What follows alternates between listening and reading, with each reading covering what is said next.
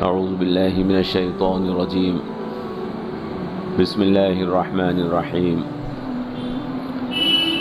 وَإِذْ نَجَّيْنَاكُمْ مِنْ آلِ فِرْعَوْنَ يَسُومُونَكُمْ سُوءَ الْعَذَابِ يُذَبِّحُونَ أَبْنَاءَكُمْ وَيَسْتَحْيُونَ نِسَاءَكُمْ وَفِي ذَلِكُمْ بَلَاءٌ مِّن رَّبِّكُمْ عَظِيمٌ وَإِذْ فَرَقْنَا بِكُمُ الْبَحْرَ فَأَنجَيْنَاكُمْ وَأَغْرَقْنَا آلَ فِرْعَوْنَ وَأَنْتُمْ تَنظُرُونَ وَإِذْ وَعَدْنَا مُوسَىٰ 40 لَيْلَةً ثُمَّ اتَّخَذْتُمُ الْعِجْلَ مِن بَعْدِهِ وَأَنْتُمْ ظَالِمُونَ ثُمَّ عَفَوْنَا عَنْكُم مِّن بَعْدِ ذَلِكَ لَعَلَّكُمْ تَشْكُرُونَ وَإِذْ آتَيْنَا مُوسَى الْكِتَابَ وَالْفُرْقَانَ لَعَلَّكُمْ تَهْتَدُونَ وَإِذْ قَالَ مُوسَىٰ لِقَوْمِهِ يَا قَوْمِ إِنَّكُمْ ظَلَمْتُمْ أَنفُسَكُمْ بِاتِّخَاذِكُمُ الْعِجْلَ فَتُوبُوا إِلَىٰ بَارِئِكُمْ فَاقْتُلُوا أَنفُسَكُمْ ذَلِكُمْ خَيْرٌ لَكُمْ عِندَ بَارِئِكُمْ فَتَابَ عَلَيْكُمْ إِنَّهُ هُوَ التَّوَّابُ الرَّحِيمُ۔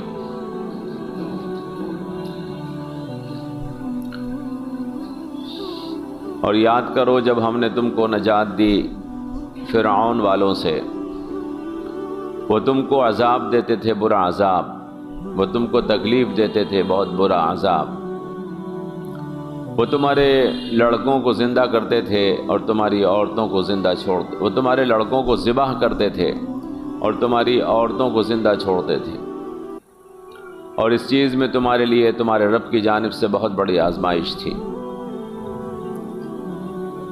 اور یاد کرو کہ جب ہم نے تمہارے لیے دریا کو پھاڑ دیا تو تم کو نجات دے دی، اور فرعون والوں کو ہم نے غرق کر دیا، اور تم اس چیز کو دیکھ رہے تھے۔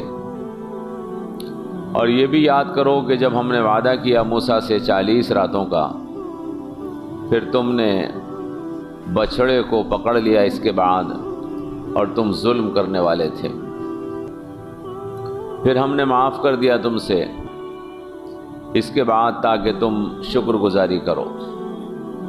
اور یاد کرو کہ جب ہم نے موسیٰ کو کتاب دی اور ایک فرق کرنے والی کسوٹی دی تاکہ تم ہدایت حاصل کر لو، اور اس چیز کو بھی یاد کرو جب کہا موسیٰ نے اپنی قوم سے کہ اے میری قوم، بے شک تم نے ظلم کیا ہے اپنے اوپر بچھڑے کو معبود بنا کر، تو تم توبہ کرو اپنے پروردگار کی جانب اور اپنے آپ کو قتل کے لیے پیش کرو، یہ تمہارے لیے بہتر ہے تمہارے پروردگار کے نزدیک، تو اللہ تبارک و تعالیٰ تمہاری توبہ کو قبول فرما لے گا، بے شک وہ توبہ کا قبول فرمانے والا مہربان ہے۔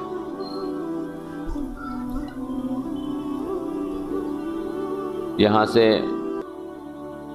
بنی اسرائیل کے اوپر اللہ تبارک و تعالیٰ نے جو انعامات فرمائے ان کا تذکرہ شروع ہو رہا ہے۔ اس سے پہلے بنی اسرائیل کا ذکر آیا، اور اللہ تبارک و تعالیٰ نے بنی اسرائیل پر جو نعمتیں کی ہیں ان کا تفصیل کے ساتھ تذکرہ فرما کے یہ بات بتائی تھی کہ اس دن سے ڈرو کہ اس دن کوئی نفس کسی نفس کو کوئی فائدہ نہیں پہنچا سکے گا۔ وَاتَّقُوا يَوْمًا لَا تَجْزِي نَفْسٌ عَن نَفْسٍ، کسی نفس کو کسی بھی نفس کی جانب سے، کسی جان کو کسی بھی جان کی جانب سے کوئی فائدہ نہیں پہنچایا جائے گا کچھ بھی، اور نہ اس کی شفاعت قبول کی جائے گی، اور نہ ان سے کوئی فدیہ لیا جائے گا، اور نہ ان کی کوئی مدد کی جائے گی۔ میں نے پہلے آپ کو اس کی تفصیل بتا دی تھی۔ اب اللہ تعالیٰ بنی اسرائیل کو ان نعمتوں کو یاد دلا رہا ہے کہ جو اللہ نے بنی اسرائیل کے اوپر کی تھیں۔ وَإِذْ نَجَّيْنَاكُمْ مِنْ آلِ فِرْعَوْنَ، جب ہم نے تم کو نجات دی فرعون والوں سے۔ ایک چیز یہاں پر ذہن میں بیچ بیچ میں سمجھتے ہوئے چلیے، وَإِذْ نَجَّيْنَاكُمْ مِنْ آلِ فِرْعَوْنَ، جب ہم نے نجات دی فرعون والوں سے، میں نے یہ ترجمہ کیا ہے۔ آل فرعون کا ترجمہ کیا ہے فرعون والے، اور فرعون والے اس کا مطلب ہے کہ جو بھی فرعون کی بات مانتے ہوں وہ سب فرعون والے ہیں، جو فرعون کی اطاعت کرتے تھے، اس کی فرما برداری کرتے تھے، اس کی حکومت اور اس کے اقتدار کو تسلیم کرتے تھے، وہ سب فرعون والے ہیں۔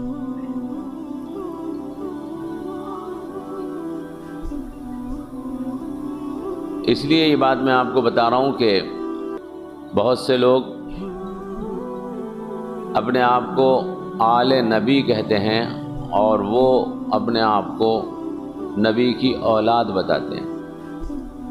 آل کا لفظ قرآن کریم کے اندر اولاد کے معنی میں استعمال نہیں ہوا ہے۔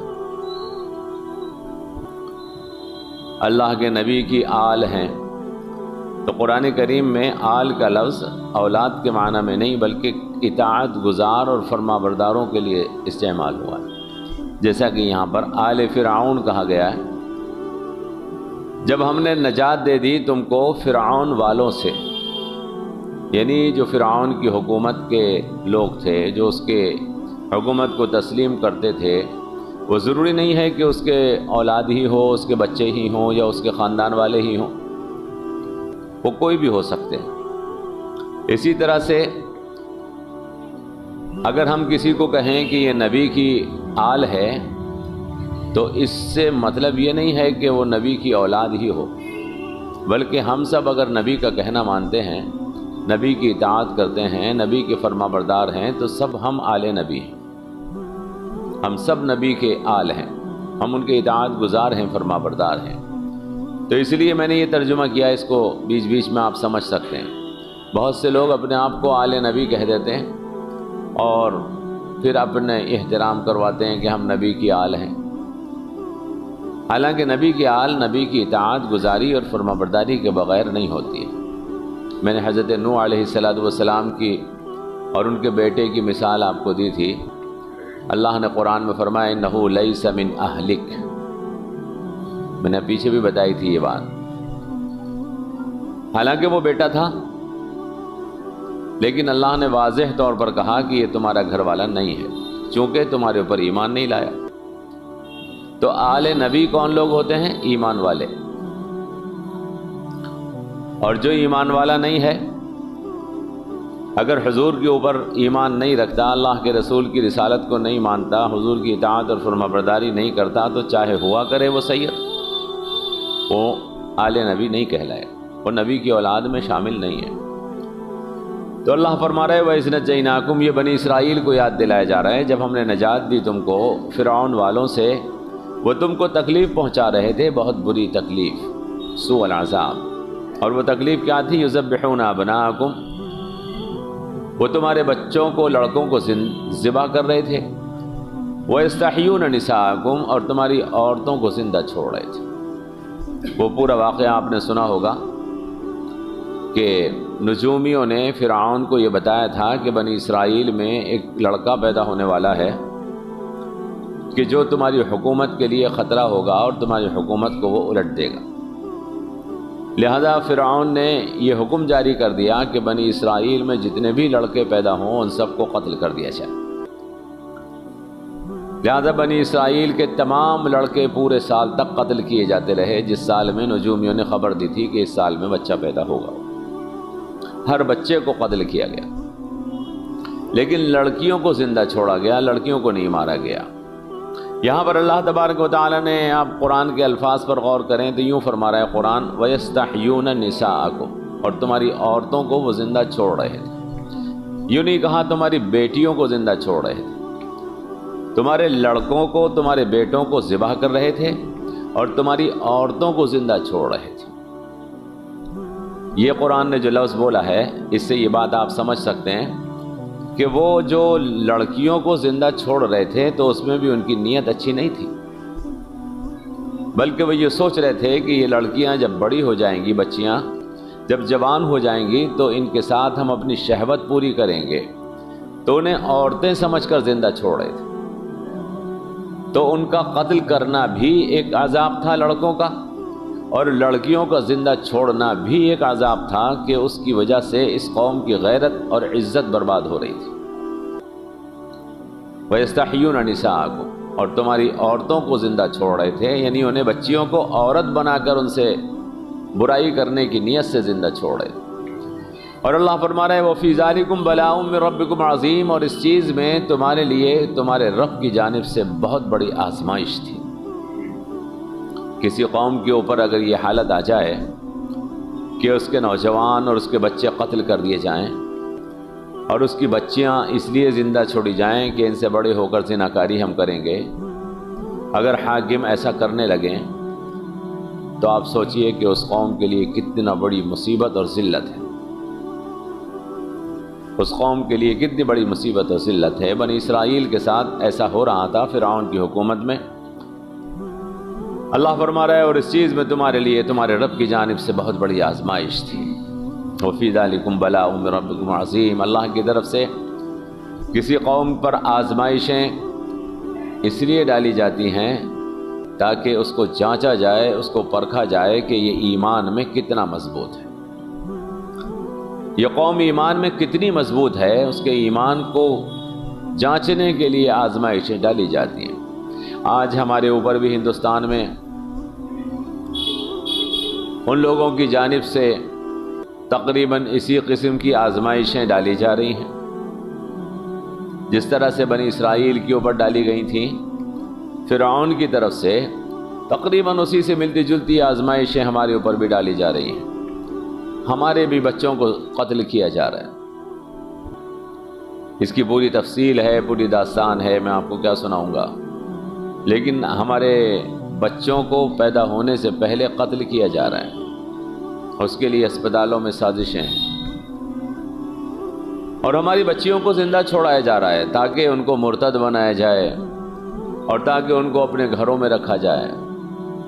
یہ یہاں پر پہلی بار نہیں ہو رہا ہے، اس سے پہلے بھی مسلمانوں کے ساتھ یہ معاملہ ہو چکا ہے۔ ابھی پچھلے دنوں 50 سال پہلے، 50 سال بھی نہیں گزرے ہیں، یورپ کے ملک بوسنیا کے اندر مسلمانوں کا قتل عام کیا گیا عیسائیوں کی جانب سے، اور مسلمان بچیوں کو زندہ چھوڑا گیا اور انہیں عیسائی گھروں کے اندر پرورش کیا گیا اور پھر ان کے ساتھ زناکاری کی گئی۔ 70,000 لڑکیاں اس طرح سے وہاں پر رکھی گئیں، اور پھر اس کے بعد ان کے جو بچے پیدا ہوئے، زنا کے نتیجے میں انہیں فوجی ٹریننگ دے کر مسلمانوں کے خلاف جنگ میں ان کو لایا گیا۔ پوری سازش اس صدی کا واقعہ ہے، کوئی پرانا واقعہ نہیں۔ تو ظالم قوموں کا یہ طریقہ رہا ہے کہ مسلمانوں پر، ایمان والوں پر اس طرح کی آزمائشیں ڈالتے ہیں، اس طرح کی تکلیفوں میں مبتلا ہوتے ہیں۔ اللہ تبارک و تعالی آزماتا ہے کہ کون ہے ان حالات میں جو ایمان پر باقی ہے، اور کون ہے ان حالات میں جو ایمان سے راہ فرار اختیار کر رہا ہے۔ جو اللہ کی ذات پر بھروسہ رکھتے ہیں، جو اللہ کی ذات پر ایمان رکھتے ہیں، وہ ہر آزمائش کا ہمت اور جرأت کے ساتھ مقابلہ کرتے ہیں، ایمان اپنا اپنے ہاتھ سے نہیں جانے دیتے۔ اور جو لوگ کمزور ایمان والے ہوتے ہیں وہ ان حالات سے گھبرا جاتے ہیں اور ایمان چھوڑ کے بھاگ جاتے ہیں۔ تو اللہ تعالیٰ یہ آزمائش قوم پر اس لیے ڈالتا ہے۔ اللہ سے دعا کیجیے اللہ تبارک و تعالیٰ ان سخت حالات میں جو اس ملک میں ہمارے اوپر لائے جا رہے ہیں، ہمیں ایمان کے اوپر زندہ رہنے کی توفیق عطا فرمائے۔ تو اللہ نے فرمایا، بنی اسرائیل کو یاد دلا رہا ہے، کفر کی طبیعت ہمیشہ ایک ہی ہے، کفر کا مزاج ہمیشہ ایک ہی ہے، اور ایمان والوں کا مزاج بھی ہمیشہ ایک ہی ہوتا ہے۔ حالات قومیں بدل جاتی ہیں لیکن حالات ایک ہی جیسے ہوتے ہیں جو مختلف قوموں پر آتے رہتے ہیں۔ کبھی بنی اسرائیل پر ہی حالات آئے تھے، آج ہم پر آ رہے ہیں، اور اسی لیے قرآن کریم میں اللہ تبارک و تعالیٰ نے ان واقعات کو بیان کیا ہے تاکہ ہم ان کی تصویر میں اپنے حالات کو دیکھ پائیں۔ اللہ فرما رہے وَإِذْ نَجَّيْنَاكُمْ، یاد کرو جب ہم نے تم کو نجات دی فرعون والوں سے، وہ تم کو تکلیف پہنچا رہے تھے، بہت برا عذاب، تمہارے بچوں کو، لڑکوں کو تمہارے لڑکوں کو ذبح کر رہے تھے اور تمہاری عورتوں کو زندہ چھوڑ رہے تھے، تمہارے لڑکوں کو ذبح کر رہے تھے اور تمہاری عورتوں کو زندہ چھوڑ رہے تھے، اور اس چیز میں تمہارے لیے تمہارے رب کی جانب سے بہت بڑی آزمائش تھی۔ پھر اس کے بعد کیا ہوا؟ بنی اسرائیل مصر سے، یہ سب مصر میں ہو رہا تھا، بنی اسرائیل حضرت موسیٰ علیہ السلام کے ساتھ مصر سے تشریف لے آئے۔ آپ دیکھ رہے ہیں کہ انہوں نے بچوں کو قتل کیوں کیا تھا؟ تاکہ موسیٰ پیدا نہ ہو جائیں، اس لیے انہوں نے لڑکوں کو قتل کیا تھا، کیونکہ نجومیوں نے خبر دی تھی کہ ایک لڑکا پیدا ہونے والا ہے جو تمہاری حکومت کے لیے خطرہ ہے، لہذا لڑکوں کو قتل کرنا شروع کر دیا۔ لیکن اللہ تبارک و تعالی جب کسی کام کے کرنے کا ارادہ فرماتا ہے تو وہ کام ہونے سے رکتا تھوڑی ہے۔ کافر سمجھتے ہیں کہ ہم تدبیر کریں گے تو ہماری تدبیروں سے خدا تبارک و تعالی جو کام کرنا چاہتا ہے وہ کام نہیں ہوگا۔ ایسا تو نہیں ہوتا۔ موسیٰ پیدا ہوئے اور موسیٰ کو اللہ تبارک و تعالی نے فرعون کے گھر میں ہی پالا۔ ہزاروں بچوں کا قتل ہوا موسیٰ کی وجہ سے، لیکن جو بچہ اللہ پیدا کرنا چاہتا تھا اس بچے کو وہ قتل نہیں کر سکے، بلکہ اس بچے کو اللہ کا کرشمہ دیکھیے کہ حضرت موسیٰ علیہ السلام کو فرعون کے گھر میں پالا، فرعون کی گود میں پالا۔ اور جب حضرت موسیٰ علیہ السلام بڑے ہو گئے، اللہ نے ان کو نبی بنا دیا، اور نبی بنانے کے بعد ان کو حکم دیا کہ اب تم بنی اسرائیل کو مصر سے لے کر نکل جاؤ۔ اتنا زمانہ گزر گیا، یہ سارے واقعات کو یہاں بیان نہیں کیا اللہ نے، لیکن یہ سارا کام جو اللہ کرنا چاہتا تھا وہ ہوا۔ یہاں ایک چیز آپ سمجھیں، قوموں کے حالات چند دن میں نہیں بدلا کرتے ہیں، کتنا زمانہ گزرا ہوگا۔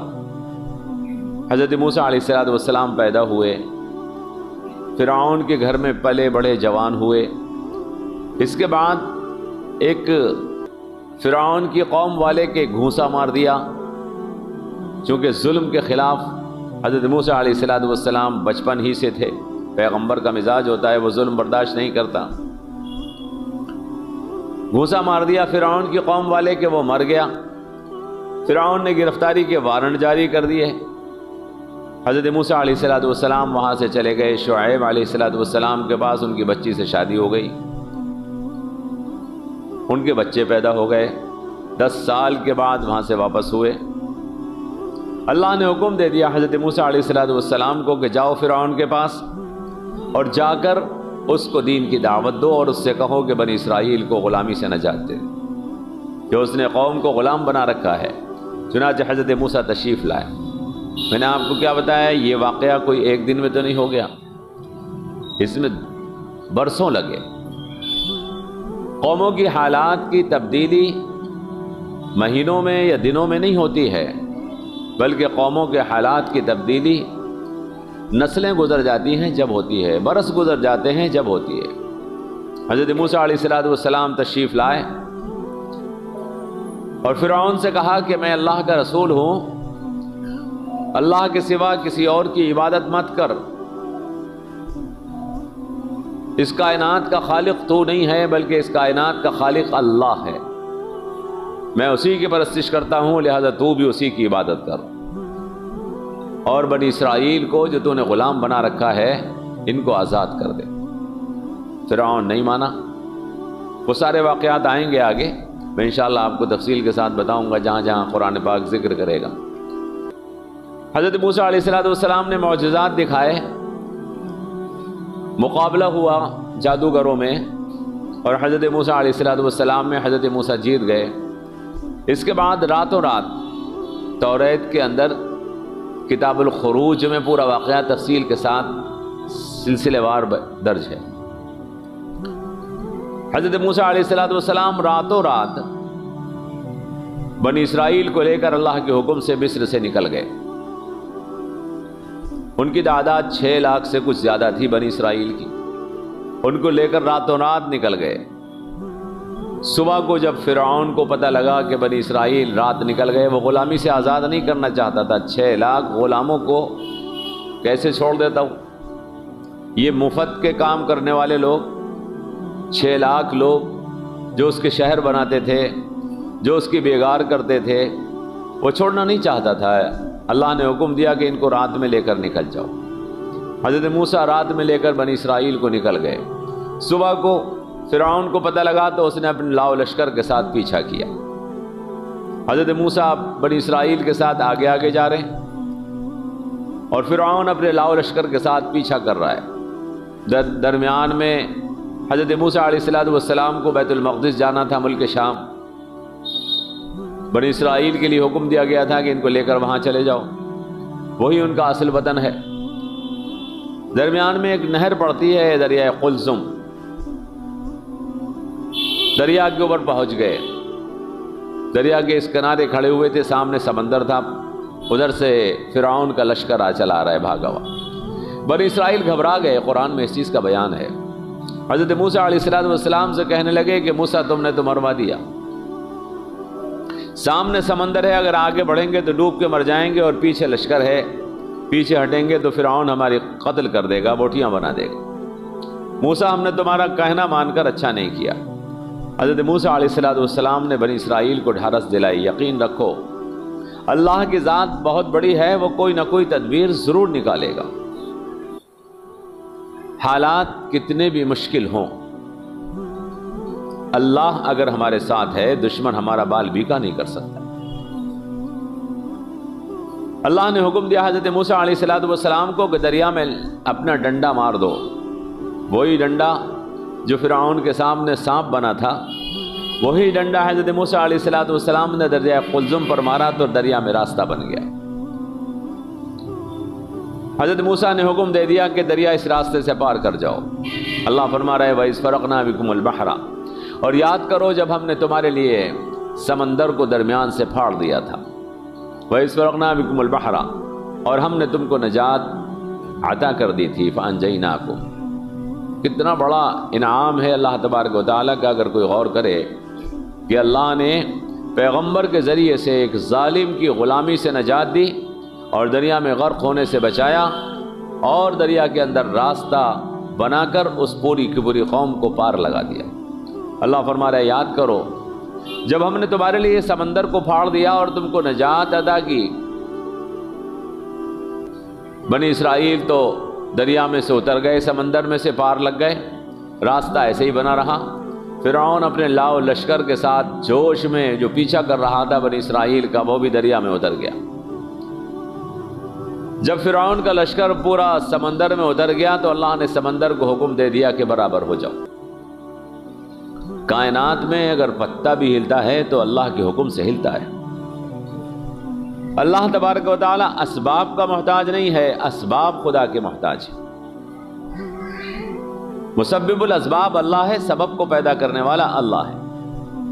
تو اللہ فرما رہے یاد کرو اے بنی اسرائیل جب ہم نے تمہارے لیے دریا کو پھاڑ دیا اور تم کو نجات دے دی اور فرعون والوں کو غرق کر دیا، وَأَغْرَقْنَا آلَ فِرْعَوْنَ، اور بنی اسرائیل دوسری طرف کھڑے ہوئے یہ منظر دیکھ رہے تھے، وَأَنْتُمْ تَنْظُرُونَ، اور تم اس منظر کو دیکھ رہے تھے کہ دشمن تمہاری آنکھوں کے سامنے دریا کے اندر سمندر میں غرق ہو گیا۔ قرآن کریم میں اس بات کا ذکر ہے کہ فرعون جب ڈوبنے لگا تو ڈوبتے ڈوبتے آدمی ایک دفعہ ڈبکی کھا کے اوپر کو آتا ہے۔ جب وہ اوپر کو آیا تو اس نے کہا کہ میں موسیٰ اور ہارون کے رب پر ایمان لاتا ہوں۔ اب یقین آیا اسے جب موت نے گلا دبوچ لیا اور پوری قوم میں بادشاہت کے اس کے غرق ہو گئی، تو اس کو یقین آیا کہ ہاں موسیٰ کا کوئی خدا ہے، میں موسیٰ اور ہارون کے خدا پر ایمان لاتا ہوں۔ اللہ نے قرآن پاک میں فرمایا کہ پھر ہم نے اس کی نعش کو بچا دیا، اب قیامت تک وہ لوگوں کے لیے عبرت کا نشان بنا۔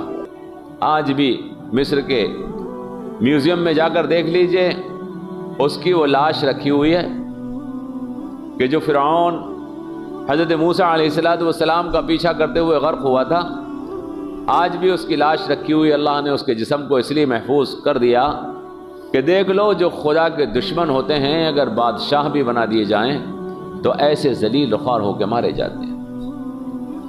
وَإِذْ فَرَقْنَا بِكُمُ الْبَحْرَ فَأَنْجَيْنَاكُمْ، اور جب ہم نے دریا کو تمہارے لیے پھاڑ دیا اور ہم نے تم کو نجات دے دی اور فرعون والوں کو غرق کر دیا اور تم دیکھ رہے تھے، وَأَنْتُمْ تَنْظُرُونَ۔ پھر کیا ہوا؟ حضرت موسیٰ علیہ السلام بنی اسرائیل کو لے کر دریا پار چلے گئے۔ حضرت موسیٰ علیہ السلام کا جو ٹارگیٹ تھا میں نے آپ کو بتایا، ان کا سفر جو تھا وہ ملک شام کے لیے تھا، بیت المقدس کے لیے تھا۔ لیکن جب سینا کے اندر پہنچے وہاں پر اللہ تبارک و تعالیٰ نے حضرت موسیٰ علیہ السلام سے کہا کہ اب میں تمہیں کتاب دینا چاہتا ہوں، شریعت دینا چاہتا ہوں، تم غلامی سے تو نجات پا گئے، اب تمہیں ایک طریقہ چاہیے، کچھ احکامات چاہیے، کچھ اصول چاہیے، آؤ میرے پاس۔ لہذا حضرت موسیٰ علیہ السلام طور پہاڑ پر چلے گئے۔ 40 دن تک اللہ کی عبادت کرنے کے لیے وہ طور پہاڑ کے اوپر چلے گئے، اور بنی اسرائیل کو حضرت ہارون علیہ السلام کے سپرد کر گئے، اپنا نائب بنا گئے، اپنا خلیفہ بنا گئے حضرت ہارون علیہ السلام کو کہ میرے پیچھے بنی اسرائیل کی فکر رکھنا، کہیں ایسا نہ ہو کہ یہ پھر گناہ کے اندر کسی مبتلا ہو جائے۔ حضرت ہارون چلے گئے۔ اللہ فرما رہا ہے وَإِذْ وَعَدْنَا مُوسَىٰ 40 لَيْلَةً، جب ہم نے موسیٰ سے 40 راتوں کا وعدہ کیا کہ 40 راتوں میں آؤ ہماری عبادت کرو، ہم تمہیں کتاب عطا کریں گے۔ ثُمَّ اتَّخَذْتُمُ الْعِجْلَ مِن بَعْدِهِ، لیکن اس کے بعد کیا ہوا؟ حضرت موسیٰ علیہ السلام تو پہاڑ پر چلے گئے اور وہاں اللہ کی عبادت میں مشغول ہو گئے، لیکن قوموں کے اندر ایک عادت ہوتی ہے، آپ کے اندر بھی ہے۔ اللہ سے دعا کیجیے اللہ تبارک و تعالی ہمیں دوسری قوموں کے برے اثرات سے محفوظ فرمائے۔ جب کوئی قوم کسی قوم کے بیچ میں رہتی ہے اور ایک قوم حاکم ہوتی ہے اور ایک قوم محکوم ہوتی ہے،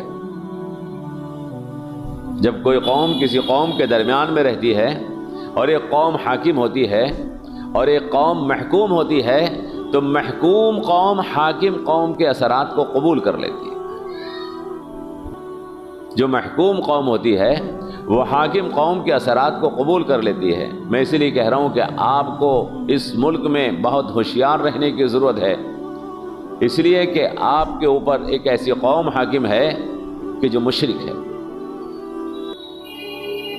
ایک ایسی قوم حاکم ہے جس کے پاس کوئی قانون نہیں، کوئی دستور نہیں، جو ہزاروں قسم کی جہالتوں میں مبتلا ہے، وہ ہماری حاکم بنی ہوئی ہے۔ کہیں ایسا نہ ہو کہ ہم محکوم رہتے ہوئے ان کی جہالتوں کے اندر ہم غرق ہو جائیں۔ یہ قوموں کی بیماری ہوتی ہے، ہر قوم کی یہ بیماری ہوتی ہے، کمزوری ہوتی ہے کہ جو حاکم ہوتا ہے اس کا اثر قبول کر لیتی ہے۔ چنانچہ بنی اسرائیل نے بھی ایسا ہی کیا۔ بنی اسرائیل ان کے حاکم فرعون والے تھے، وہ گائے کی پوجا کرتے تھے، وہ گائے کی پوجا کرتے تھے، میں پھر کہہ رہا ہوں وہ گائے کی پوجا کرتے تھے، سمجھ رہے ہیں آپ؟ گائے کی محبت ان کے دلوں کے اندر پیوست ہو گئی تھی، چونکہ ان کے حاکم گائے کو اپنا خدا مانتے تھے۔ جب حضرت موسیٰ علیہ السلام پہاڑ پر گئے اور یہاں پر ہارون علیہ السلام کو نگراں بنا گئے، تو ان کے اندر جو شریر عناصر تھے، جن کے دلوں میں گائے کی محبت جگہ کر گئی تھی، انہوں نے ایک بچڑا بنایا، گائے کا بچڑا، اور روایات میں آیا ہے کہ وہ ایسا تھا کہ اس میں سے جب ہوا گزرتی تھی تو آواز نکلتی تھی۔ بچے سیٹی بجاتے ہیں نا، آپ نے دیکھا ہوگا بچے سیٹی بجاتے ہیں، اس میں وہ پھونک مارتے ہیں تو آواز نکلتی ہے۔ یہ کوئی کمال کی بات نہیں ہے، کسی چیز کو آپ ایسا بنا لیں جیسے سیٹی ہوتی ہے، جب آواز کسی چیز میں گھوم جائے تو پھر وہ زور سے نکلتی ہے۔ یہ ایک فطرت کا اصول ہے، قدرت کا اصول ہے۔ لہذا انہوں نے جو بچڑا بنایا تھا اس میں آواز گھومتی تھی، اور وہ گھومتی ہوئی آواز باہر سے زور سے نکلتی تھی۔ ایک ایسا بچڑا انہوں نے بنا لیا۔ حضرت موسیٰ تو پہاڑ پر ہیں، یہاں پر شریر عناصر نے، سامری ایک آدمی تھا، اس کی مدد سے وہ بچڑا تیار کیا اور وہ بچڑا رکھ دیا۔ اس نے کہا کہ موسیٰ تو طور پہ گئے ہیں خدا کو ڈھونڈنے، میں نے تمہارا خدا یہاں تیار کر لیا۔ بات آپ سمجھ رہے ہیں نا؟ ثم اتخذتم العجل، آپ کے ملک میں بھی گائے کو پوجا جاتا ہے، یہاں پر بھی جو کمزور عناصر ہیں وہ اس بیماری میں مبتلا ہوتے دکھ رہے ہیں۔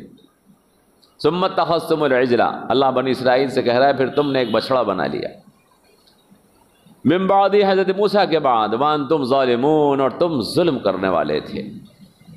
ظلم شرک کو کہتا ہے قرآن، ان الشرک لظلم عظیم، اس دنیا کے اندر سب سے بڑا پاپ، سب سے بڑا گناہ، سب سے بڑا ظلم شرک ہے، اور تم ظلم کر رہے تھے، یعنی تم شرک کر رہے تھے۔ حضرت موسیٰ علیہ السلام واپس آئے، یہاں آنے کے بعد دیکھا کہ یہاں تو منظر ہی بدل گیا ہے۔ لے کر آئے تھے بنی اسرائیل کو ایک اللہ کی مدد سے، معجزات آنکھ کے سامنے ہو رہے تھے، دشمن آنکھ کے سامنے غرق ہوا تھا، دریا کے اندر، سمندر کے اندر راستہ آنکھ کے سامنے بنا تھا۔ خدا تبارک و تعالیٰ کے معجزات کا ظہور حضرت موسیٰ کے ہاتھ پر ان کی آنکھوں کے سامنے ہوا تھا، لیکن اس کے باوجود دل کے اندر جو شرک چھپا ہوا تھا اس نے اپنا کرتب دکھایا، اور انہوں نے بچڑا بنا کر اس کو پوجنا شروع کر دیا، بالکل کایا الٹ گئی۔ حضرت موسیٰ علیہ السلام سخت جلالی آدمی تھے، بہت غصہ آیا، اپنے بھائی کی داڑھی پکڑ لی کہ تم نے میرے بعد یہ کیا کیا؟ کہا میں نے بہت سمجھایا بھائی، میں نے بہت سمجھایا، لیکن یہ نہیں مانے۔ اس سامری نے بہکایا، اور اس میں سے جو آواز نکل رہی تھی اس آواز سے یہ دھوکہ کھا گئے کہ یہ خدا ہے۔ آپ سمجھ رہے ہیں مشرک کتنا بے وقوف ہوتا ہے؟ وہ سیٹی کو خدا سمجھ بیٹھا، سیٹی کو خدا سمجھ، بڑی سی سیٹی بنا دی ہوگی، اور وہ سیٹی گائے کی شکل کی ہوگی، بچڑے کی شکل کی ہوگی، وہ اسی کو خدا۔ مشرک کے پاس اتنی ساری عقل ہوتی ہے، پتھر کو خدا سمجھ لیتا ہے، جانور کو خدا سمجھ لیتا ہے، جانور کو اپنی ماں کہتے ہوئے نہیں شرماتا، جانور کو اپنی ماں کہتے ہوئے نہیں شرماتا، جانوروں کو خدا کہتے ہوئے نہیں شرماتا، اتنی ساری عقل ہوتی ہے مشرک کے پاس۔ اللہ فرما رہا ہے، حضرت موسیٰ علیہ السلام جب واپس آئے تو انہوں نے ڈانٹا اور کہا کہ اس گناہ سے توبہ کرو۔ بنی اسرائیل نے توبہ کی، ثم عفونا عنکم، پھر ہم نے تم کو معاف کر دیا۔ بڑا مہربان ہے خدا، بڑا کریم ہے، کیسا بھی ہم پاپ کر لیں، کیسا بھی ہم گناہ کر لیں، بس ذرا سی اس سے توبہ کریں وہ کھٹ سے معاف کر دیتا ہے۔ کتنا کریم خدا ہے۔ ہمارا نوکر اگر کوئی غلطی کرتا ہے، اگر ایک دفعہ کرے غلطی تو ہم معاف کر دیں، لیکن دوبارہ غلطی کرے تو ہم غصے میں آ جاتے ہیں، تیبارہ غلطی کرے تو ہم اسے سزا دینے لگتے ہیں، اور پھر غلطی کرے تو پھر تو نکال کے باہر کر دیتے ہیں۔ لیکن خدا تبارک و تعالیٰ ایسا مہربان، ایسا کریم ہے کہ ہم بار بار غلطی کرتے ہیں اور وہ بار بار معاف کرتا ہے۔ بنی اسرائیل نے کتنی غلطیاں کی، خدا کے مقابلے کے اوپر بت بنا کے کھڑا کر لیا، لیکن اللہ نے معاف فرما دیا۔ ثم عفونا عنکم من بعد ذلک، ہم نے اس کے بعد تم کو معاف کر دیا تاکہ تم شکر گزاری کرو۔ آگے فرما رہے اللہ تعالیٰ، حضرت موسیٰ علیہ السلام کتاب لے کر آئے، وَإِذْ آتَيْنَا مُوسَى الْكِتَابَ وَالْفُرْقَانَ، یہ جو قرآن ہے نا یہ بھی فرقان ہے، اور جو توریت اللہ تعالیٰ نے حضرت موسیٰ کو عطا کی تھی وہ بھی فرقان تھی۔ اور فرقان کہتے ہیں کسوٹی کو، اور کسوٹی وہ چیز ہوتی ہے کہ جس سے جانچا جاتا ہے کہ سچ کیا ہے اور جھوٹ کیا ہے۔ یہ قرآن ہمیں بتاتا ہے کہ سچ کیا ہے اور جھوٹ کیا ہے۔ ایسے ہی توریت یہودیوں کو بتاتی تھی، بنی اسرائیل کو بتاتی تھی کہ سچ کیا ہے اور جھوٹ کیا ہے۔ وہ ان کے سامنے واضح طور پر بیان کرتی تھی کہ اللہ کا کوئی شریک نہیں، اس کا کوئی ساجی نہیں، سوائے اللہ کے کسی کی عبادت نہیں، سوائے اللہ کے کسی کو سجدہ نہیں، واضح طور پر بتاتی تھی، اور آج بھی بتاتی ہے۔ تو اللہ تعالیٰ نے حضرت موسیٰ علیہ السلام کو توریت عطا کی اور کسوٹی عطا کی تاکہ تم ہدایت پا جاؤ۔ اللہ فرما رہا ہے بنی اسرائیل سے، حضرت موسیٰ علیہ السلام نے کہا کہ اے میری قوم، انکم ظلمتم انفسکم، تم نے اپنے اوپر بہت بڑا ظلم کیا ہے۔ یہ شرک کر کے، یہ بچھڑے کو اپنا خدا بنا کر، یہ خدا اور اللہ اور بچھڑے میں فرق نہ مان کر، ایک جانور اور خدا میں فرق نہیں سمجھا تم نے، یہ بہت بڑا ظلم کیا ہے، بہت بڑی حماقت کی ہے۔ انکم ظلمتم انفسکم باتخاذکم العجل، لہذا اس کی توبہ کرو۔ فتوبوا الی باریکم، اپنے پروردگار کی جناب میں اس گناہ سے توبہ کرو۔ اور ان کی توبہ کیسی ہوتی تھی بھائی؟ ان کی توبہ یہ ہوتی تھی کہ جو آدمی اپنے گناہ سے توبہ کرنا چاہتا ہے وہ اپنے آپ کو قتل ہونے کے لیے پیش کرے۔ بہت سخت قانون تھا، ہماری جیسی توبہ نہیں تھی، ہماری توبہ کیا ہے کہ ہم نے گناہ کیا ہے، مسجد میں آئیں، دو گھنٹہ 15-20 منٹ روئیں خدا کے سامنے اور عہد کریں کہ پروردگار ہم یہ گناہ نہیں کریں گے، اللہ معاف کر دیتا ہے۔ ہماری توبہ بہت آسان ہے، ان کی توبہ بڑی بھاری تھی، بڑی سخت تھی۔ توبہ کرو اللہ سے اور اپنے آپ کو قتل ہونے کے لیے پیش کرو۔ چنانچہ جن لوگوں نے بچھڑے کی پوجا کی تھی انہوں نے حضرت موسیٰ علیہ السلام کا حکم مانا اور اپنے آپ کو قتل کرنے کے لیے پیش کیا۔ 6000 سے زائد لوگ ایسے تھے جنہوں نے بچھڑے کی پرستش کی تھی، ان کو بٹھا دیا گیا اور ان کے عزیزوں نے تلوار سے ان کی گردن کاٹ دی۔ اللہ نے ان کی توبہ قبول کر لی۔ اللہ فرما رہے ہیں، جب موسیٰ نے کہا اے میری قوم، بے شک تم نے اپنے اوپر بہت ظلم کیا ہے شرک کر کے اور بچڑے کو خدا بنا کر، تو اپنے رب کی جناب میں تم توبہ کرو اور اپنے آپ کو قتل کے لیے پیش کرو۔ ذالکم خیر لکم عند باریکم، یہ تمہارے پروردگار کے نزدیک بہتر ہے۔ توحید کی حالت میں مر جانا شرک کی حالت میں زندہ رہنے سے بہتر ہوتا ہے۔ ایمان کی حالت میں مر جانا کفر کی حالت میں زندہ رہنے سے بہتر ہوتا ہے۔ اگر میرے دل میں ایمان موجود ہے، اللہ کی ذات پر، اللہ کی توحید پر یقین موجود ہے، یہ بہتر ہے کہ میں اس حالت میں مر جاؤں اس بات سے کہ میں شرک کی حالت میں زندہ رہوں، اس بات سے کہ میں بتوں کی پرستش کروں، اس بات سے کہ میں خدا کے مقابلے پر دوسروں کو مانوں، وہ زندگی بدتر ہے، یہ موت بہتر ہے جو ایمان کی حالت میں آتی ہے۔ ذالکم خیر لکم عند باریکم، یہ تمہارے پروردگار کے نزدیک بہتر ہے۔ فتاب علیکم، وہ تمہیں معاف فرما دے گا، تو اس نے ان کو معاف کر دیا۔ بے شک انہ هو التواب الرحیم، اللہ تبارک و تعالی توبہ کا قبول فرمانے والا مہربان ہے۔ تو یہ بنی اسرائیل کا قصہ چل رہا ہے، ابھی آگے چلے گا اور بھی باتیں بیان ہوں گی، لیکن آپ یہ سوچئے ہماری توبہ کتنی آسان ہے، ان کی توبہ کتنی مشکل تھی، اور انہوں نے وہ توبہ کی، لیکن ہم گناہوں سے یہ آسان توبہ بھی کرنے سے بھاگتے ہیں۔ یہ آسان توبہ جس میں ہمیں جان دینی نہیں پڑتی، جس میں ہمیں مال نہیں دینا پڑتا، ہم اس توبہ کو کرتے ہوئے بھی شرماتے ہیں۔ اور ستم ظریفی کیا کہ اس قوم کو جس نے اپنی جان دے کر توبہ کی تھی اللہ سے، ہم اسٹیجوں پہ بیٹھ کر گالیاں بکتے ہیں، اور یہ قوم کہ جو یہ آسان توبہ بھی نہیں کرنا چاہتی، اس کے جنتی ہونے کے دعوے کرتے ہیں۔ ہے نہیں عجیب تماشا؟ اپنے آپ جنت کی دعوے داری اور ٹھیکیداری ہے، حالانکہ گناہوں سے توبہ نہیں ہے، اور دوسروں کے اوپر الزام تراشی ہے، حالانکہ ان لوگوں نے توبہ کر لی تھی۔ جن لوگوں نے توبہ کر لی اللہ سے، وہ برے نہیں تھے۔ جو ایمان کی حالت میں اپنی غلطی کا اقرار کر کے اپنی جان دے گئے، وہ برے نہیں تھے، وہ بہتر تھے۔ ذالکم خیر لکم عند باریکم، تمہارے لیے بہتر ہے تمہارے پروردگار کے نزدیک۔ تو اللہ سے دعا کیجیے اللہ تبارک و تعالی ہمیں اپنے گناہوں سے توبہ کرنے کی توفیق عطا فرمائے۔